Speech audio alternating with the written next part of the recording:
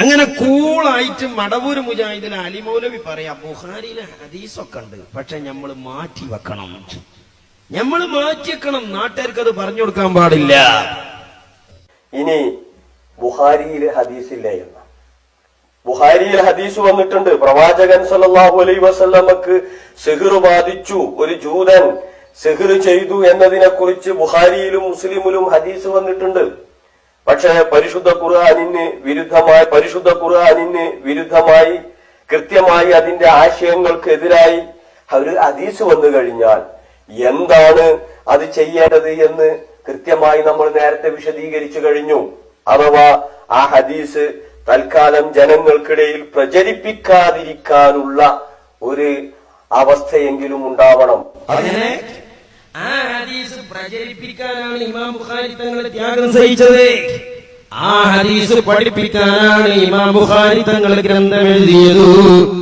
ആ ബുഖാരിയാണ് ലോകത്ത് പ്രഥമമായി പ്രമാണം തിരിച്ചറിയാൻ ലോക മുസ്ലിങ്ങളെ സ്വീകരിച്ചത്. അത് പൂർത്തിവെക്കണമെന്നാണ് മടവൂർ മുജാഹിദിന്റെ യുക്തിവാദം. അത് ജനങ്ങളുടെ ഇടയിൽ പ്രചരിപ്പിക്കാൻ പാടില്ല, തൽക്കാലം മാറ്റിവെക്കേണ്ടതുണ്ട്. തൽക്കാലല്ല, ശാശ്വതമായി തന്നെ. അപ്പൊ മാറ്റിവെക്കണം അല്ലേ? എന്താണ് മാറ്റിവെക്കണം എന്ന് പറയാൻ കാരണം മൗലവിമാർക്ക് അത് മനസ്സിലാകണില്ല. അതിനവർ ഒരു അടിത്തറ കൂടി ഉണ്ടാക്കുകയാണ്. മൗലവിമാര് പറയുന്നു ഹദീസിലുണ്ടെന്നതല്ലേ പ്രശ്നം, ഉണ്ടായാൽ പോരാ, ഒരാള് പറഞ്ഞാലും പോരാ, ഒരാള് പറഞ്ഞു എന്നുള്ള കാരണത്താൽ അത് സ്വീകരിക്കാനും പാടില്ല. ആര് ഒരു കാര്യം പറഞ്ഞാലും ചോദ്യം ചെയ്യണോ?